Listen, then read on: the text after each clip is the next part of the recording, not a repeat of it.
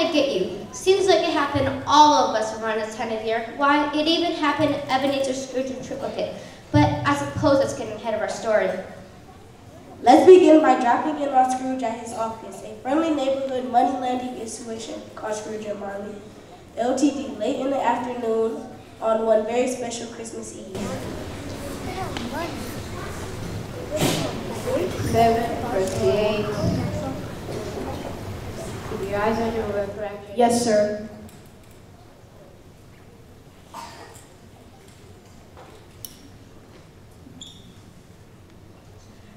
Merry Christmas, Uncle Ebenezer. Bah humbug. Save me from Christmas. Uncle, Christmas ain't humbug? You don't really mean that. Oh, yes, I do. Mary. What reason do you have to be merry? You're poor enough. What reason do you have to be miserable? You're rich enough. Pa, there's no such thing, only poor enough. Don't be angry, Uncle. What else can I do? When I live in a world of foolish lovers, all the time. What's Christmas to me? It's a type of thing where you got my tiny, tiny a year older, but not a day richer. If I had mine, every idiot who goes around blabbing up, you can go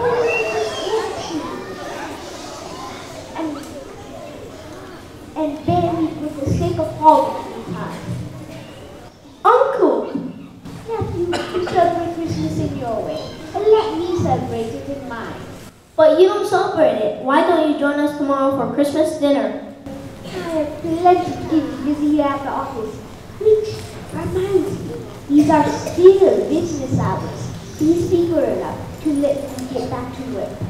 Good afternoon, gentlemen. Uncle Ebenezer, please think about my offer. You're always welcome, and you do look like you need a day off. Good afternoon. Merry Christmas to you, Uncle, and to you and your family, Bob Cratchit. Good afternoon.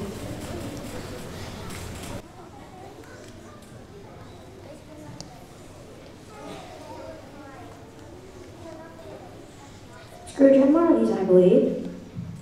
Good afternoon, sir. Do we have the pleasure of speaking to Mr. Marley or Mr. Scrooge? Mr. Marley's been dead for 7 years. In fact, he died 7 years ago this very night. No doubt his generosity is well represented by his surviving partner. Mr. Scrooge, at this festive season of the year, some of the donations to help the poor. So what can we put you down for, sir? Nothing, sir. You like to remain anonymous? I know. I like to be left alone. I don't make myself merry at Christmas. I can't afford to make other people merry. My taxes help support the prisons and workhouses. They already cost more than they're worth. And those who are badly off can go there. Many would rather die than go there. If they better do it. It would be a surplus population. Oh. You want the day off tomorrow, Cratchit? If it's convenient, sir. It's not convenient. It's not fair. Well, it is only once a year, Mrs. Scrooge. I give you one Christmas day off, and you expect them all. But I suppose you just must be here early tomorrow. Yes, sir. Thank you, sir. Merry Christmas evening. I really appreciate it, sir. Come along, Cratchit. I'll close the load.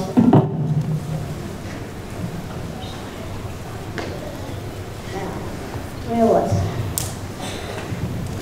Kind of neat building. It does have nice windows.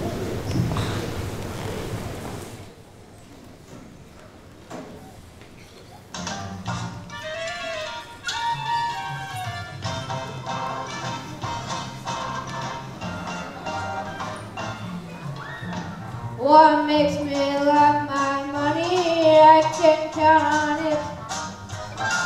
What makes my dark day sunny? The money I'll admit. They say you can count on it, you can find it like all friend. Just let me close enough, and in a flash, they want my past. I'll count on gold and silver, that's my recipe. Unlock my failures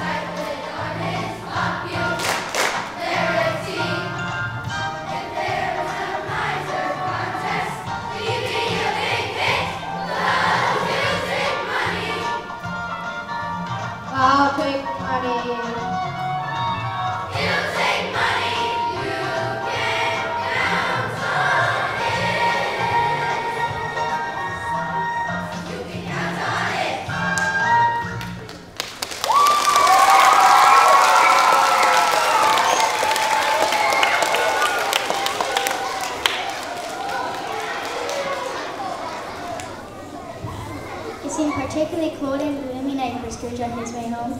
It was an eerie night when, well, anything could happen, and the first sign that something was wrong came with the sound of chains dragging through the house.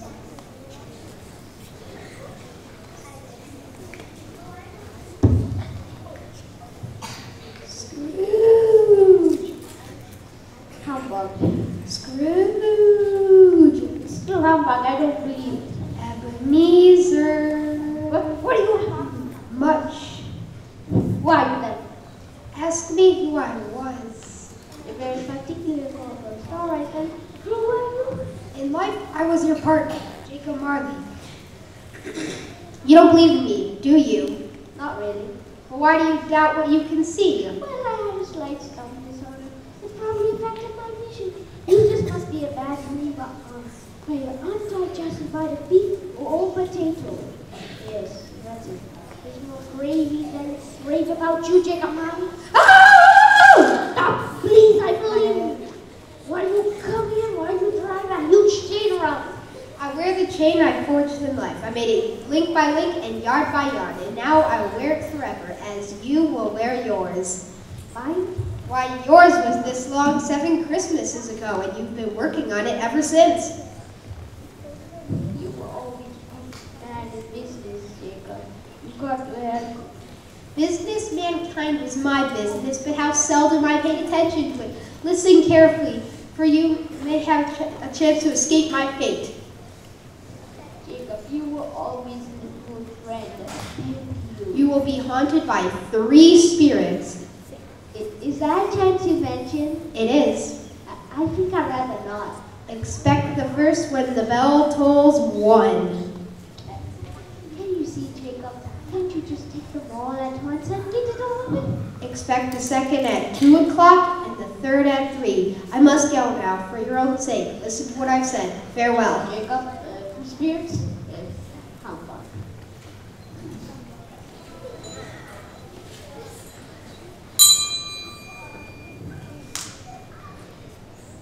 Are you the spirit that I was warned about? I am. Who? I am the ghost of Christmas past. Long past? No, your past. Why did you come here? For your welfare. Well, good night, Steve. Must do better for my welfare. Then let's call it your redemption, then. Now, rise and walk with me.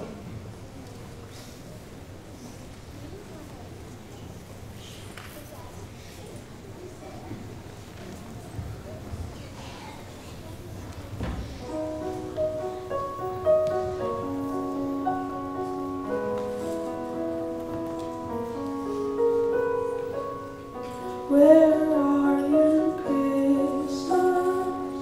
Why can't I find you? Why have you gone away?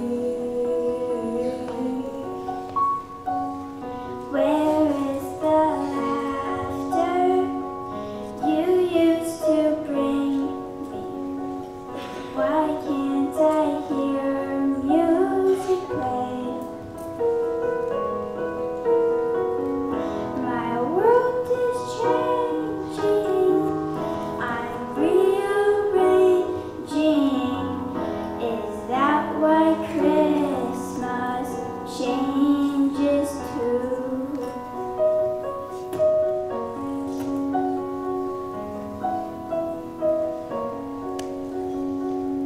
Where are you, Christmas? Do you remember the one you used to know? I'm not the same. See what the time's done. Is that why you let me go?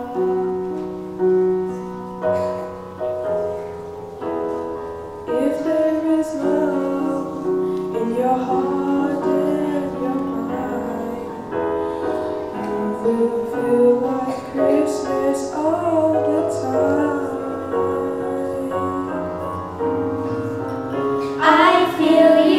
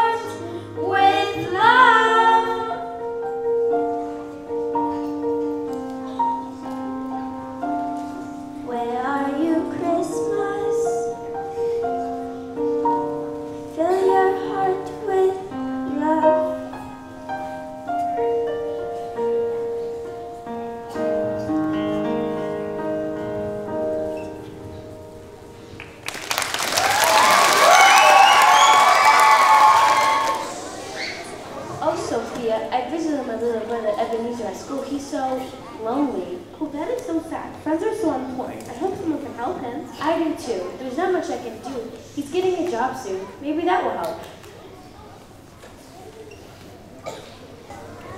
His first employer, Fizzywig, was a man that made people around him cheerful and fulfilled, but not with money. Not with money, but with words and actions so sly and so insignificant they seem to go unnoticed. And each Christmas Eve, he closed his shop to throw the happiest Christmas party that you've ever seen.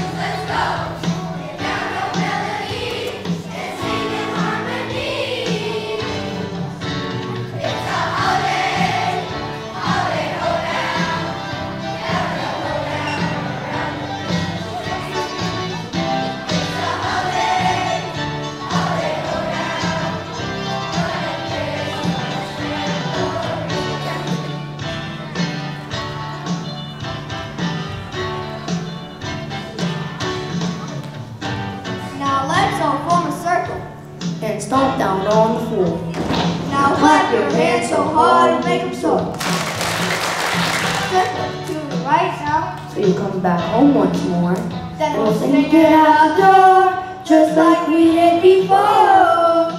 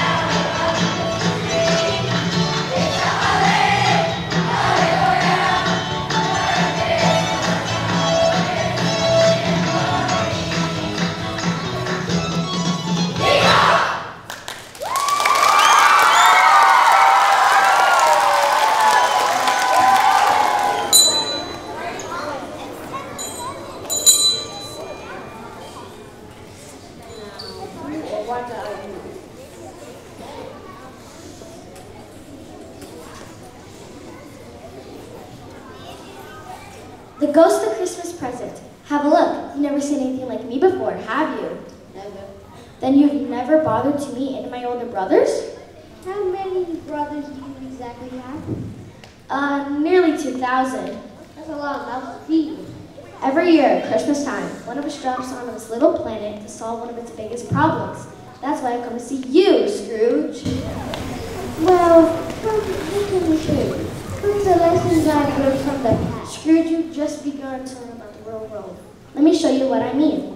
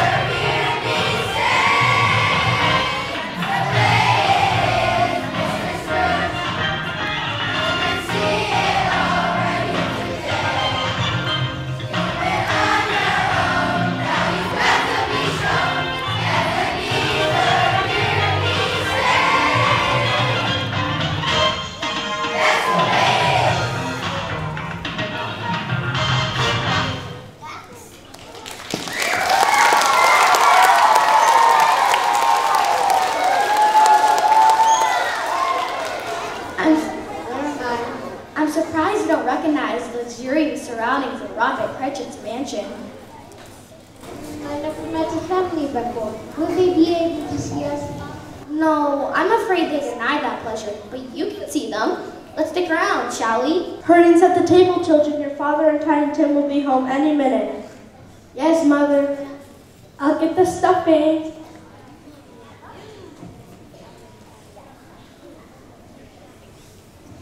There they are.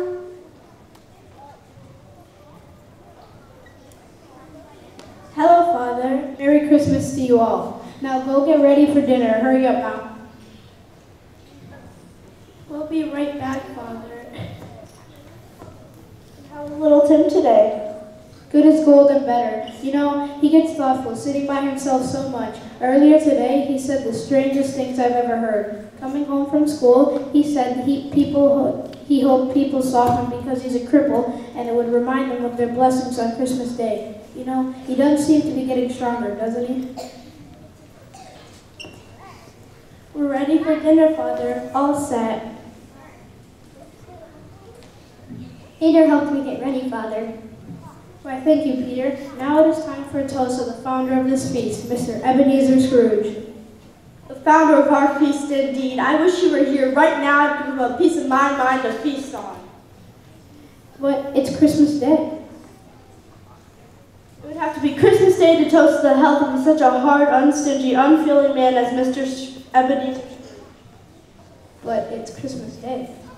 Children, we shall toast your father for all the love and happiness he has given us, and to Tiny Tim for the good health he so deserves. And since it's Christmas Day, I'll even drink to that old miser Ebenezer Scrooge. A Merry Christmas to us all. God bless us, everyone.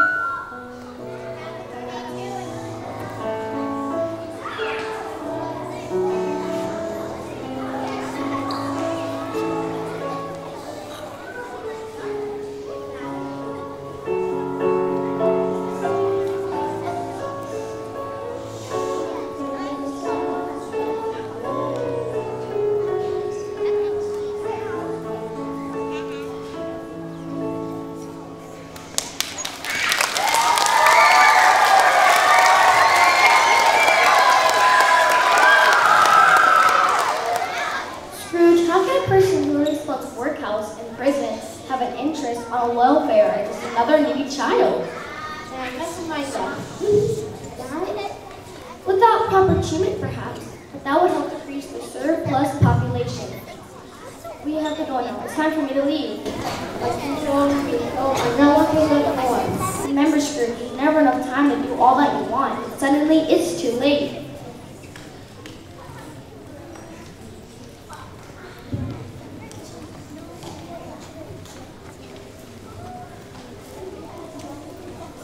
The ghost of Christmas future presented Scrooge with a different experience altogether. He was a dark, faceless phantom, scattering gloom and mystery wherever he walked. By now, Scrooge was able to spend most of his time in the spirit world. He followed him willingly, though his never there.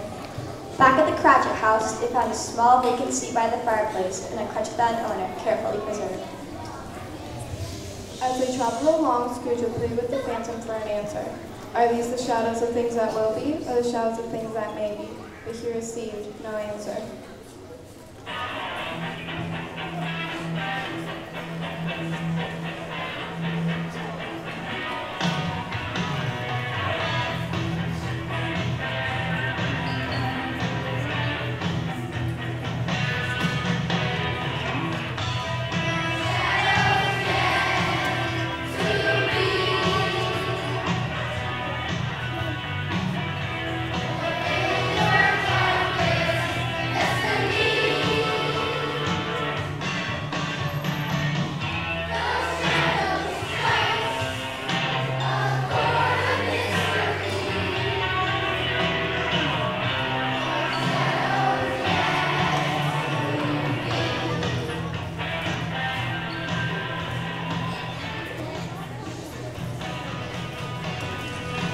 I don't know much about it. Either way, all I know is that he's dead. I thought he'd never die. What has he done with his money? I haven't heard. Left it to his company, I suppose. He hasn't left it to me, that's all I know. It's probably going to be a very cheap funeral. I don't know anyone going to it. I suppose we'll get a group together and volunteer. I don't mind going if lunch is provided. Sounds great. Let's go.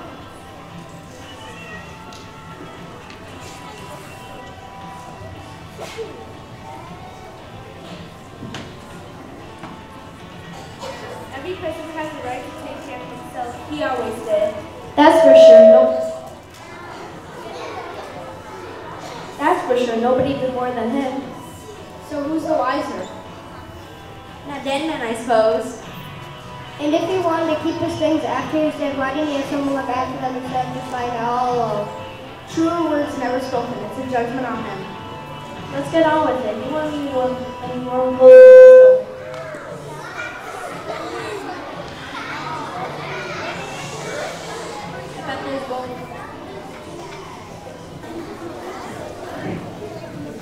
I'm alive! Oh, thank you, Jacob Marley. I got I don't know where it's at. I'm as high as if they're as happy as a schoolboy. It's Christmas. I know some people who never do this thing.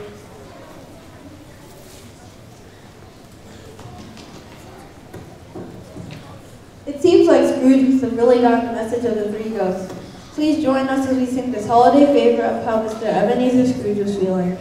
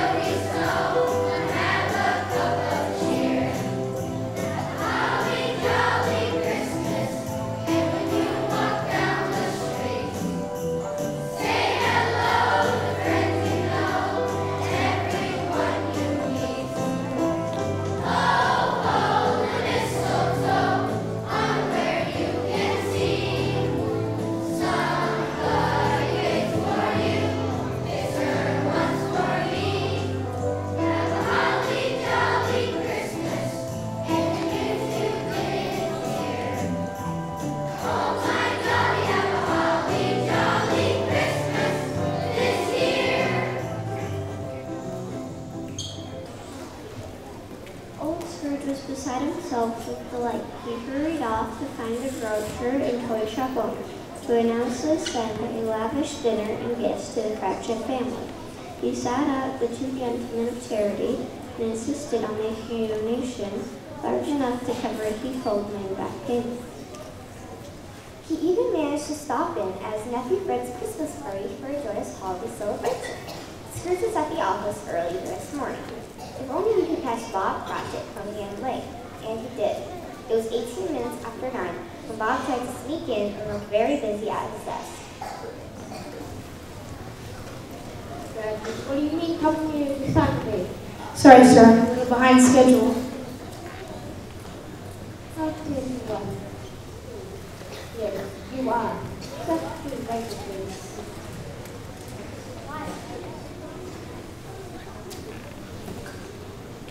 I'm not going to stand such a thing any longer. And therefore, I'm going to raise your salary. What? Merry Christmas, Bob. A Merry Christmas that I give you a year. Listen, we're going to discuss how to fix the family. First, we're going to get the right doctors for Tiny Tim. Well, you can count on it. Scrooge was better than his word. He did it all and more. And to Tiny Tim, who did not die, he was a second father. He was as good a friend, as good a boss, as good a person as anyone could imagine. And it was always said of him that he knew how to celebrate Christmas as well as anyone alive did. Let that truly be said to us all. And in the words of Tiny Tim, God bless us, everyone.